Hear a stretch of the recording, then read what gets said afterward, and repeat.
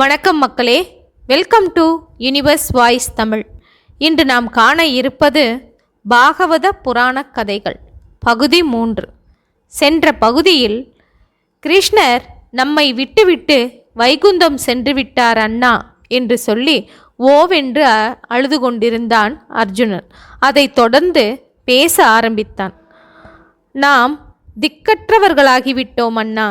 யாதவர்கள் பிராமண சாபத்தினால் அறிவிழந்து நெறிக்கெட்டு மது அருந்தி வெறிகொண்டு கோரையை பிடுங்கி அதனால் ஒருவரை ஒருவர் தாக்கிக் கொண்டு மடிந்து போனார்கள்.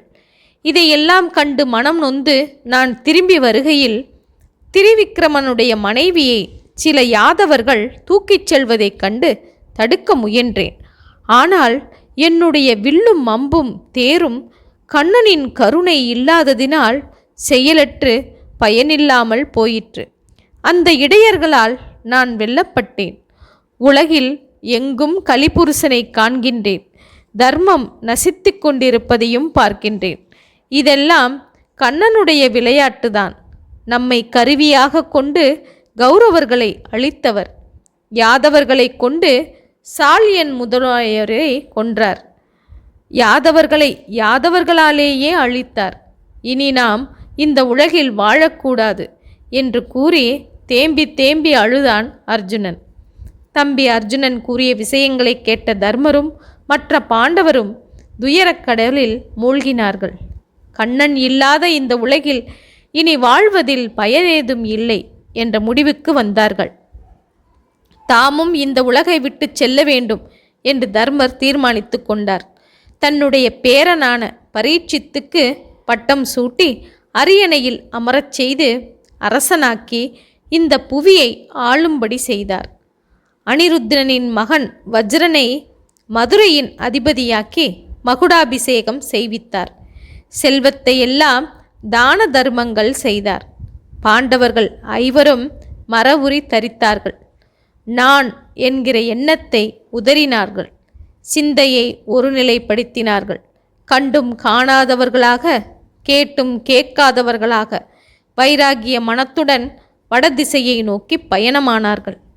திரௌபதியும் அவர்களை பின்பற்றினாள். கண்ணனின் நினைவாகவே அவனை அடைய வேண்டும் என்கிற உறுதியோடு அன்ன ஆகாரமின்றி போய்கொண்டிருந்தார்கள். முடிவில் சிற்றின்பத்தை பற்றி நிற்பவர் அடைய முடியாத உன்னத பதவியை ஐவரும் திரௌபதியும் அடைந்தார்கள். குந்தி தேவியும் தனது ஏகாந்த பக்தியினால் சிந்தையை ஒருநிலைப்படுத்தி ஸ்ரீஹரியுடன் ஐக்கியமானாள். விதுரரும் தம் உடலை பிரபாச சேத்திரத்தில் உதறிவிட்டு முன்பு சாபத்தினால் தாம் இழந்த யமதர்மராஜ பதவியை அடைய தேவருலகம் சென்றார்.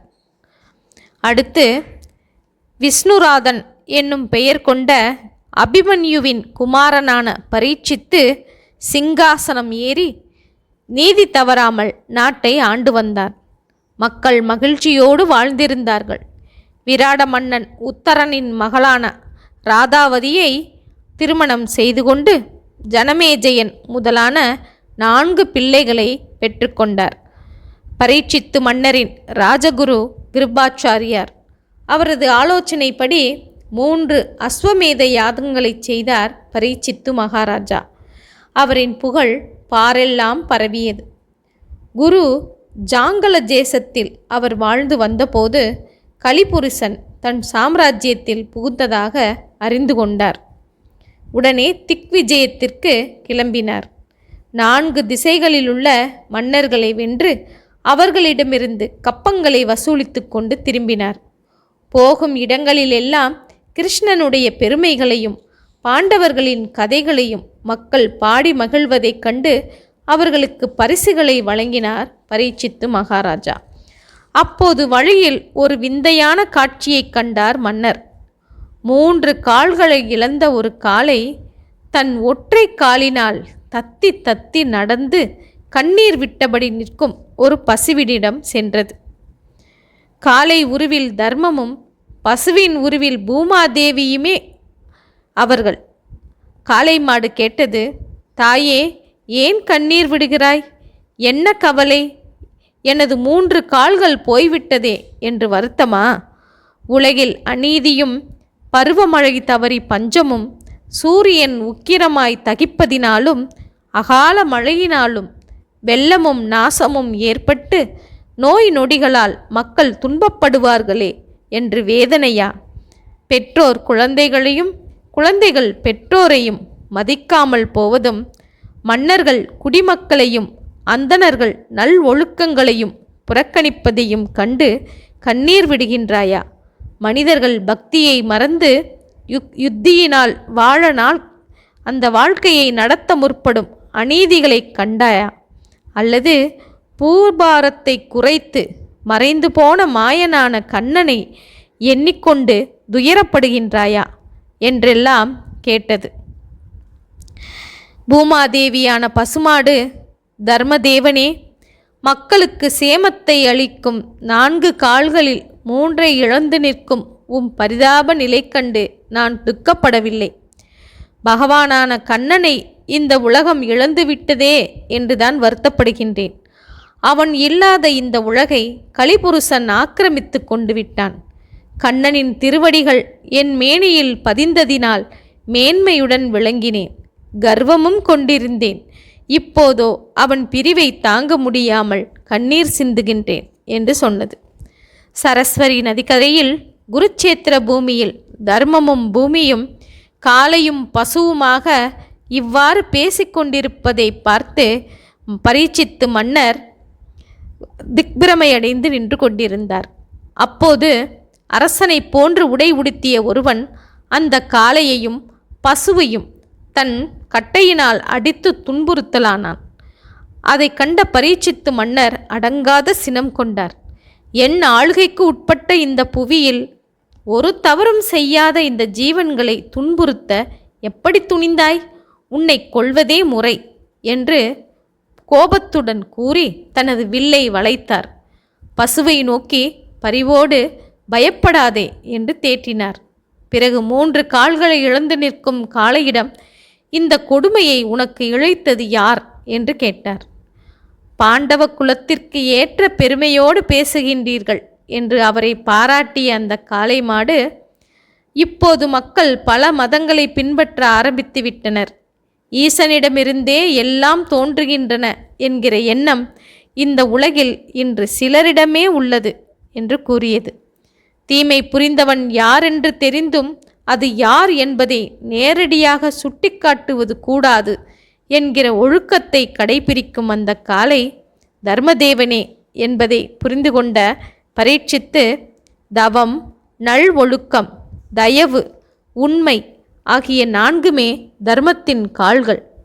வீண் பெருமை, பெண்ணாசை, குடிவெறி முதலிய அதர்மங்களினால் 3 கால்களை இழந்து நிற்கும் தர்மதேவனே, உண்மை என்னும் ஒற்றை காலில் நிற்கும் உன்னை அழிக்க சித்தமாகிவிட்டது இந்த உலகம்.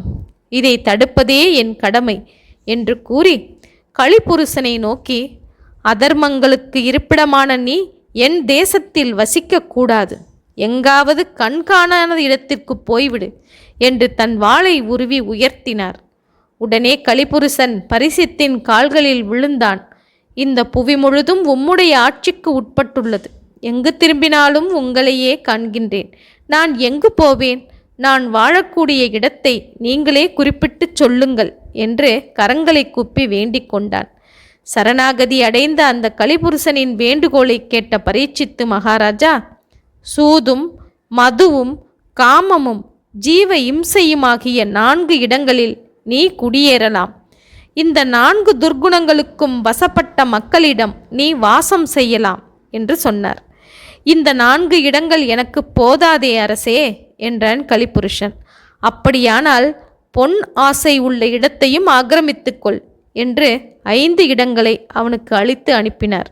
அவன் அகன்றதும் சத்தியம், தவம், தயை ஆகிய 3 கால்களையும் தர்மதேவன் திரும்பப் பெற்றான். பூமாதேவியும் துயர் நீங்கி சுபிட்சங்களை நல்கலானாள். பரீட்சித்து மன்னனும் தம் திக்விஜயத்தை முடித்து கொண்டு ராஜ்யம் திரும்பி நீதி தவறாத ஆட்சியினால் பூலோகம் முழுவதும் மகிழ்ச்சியுடன் ஆட்சி செலுத்தி வரலானார்.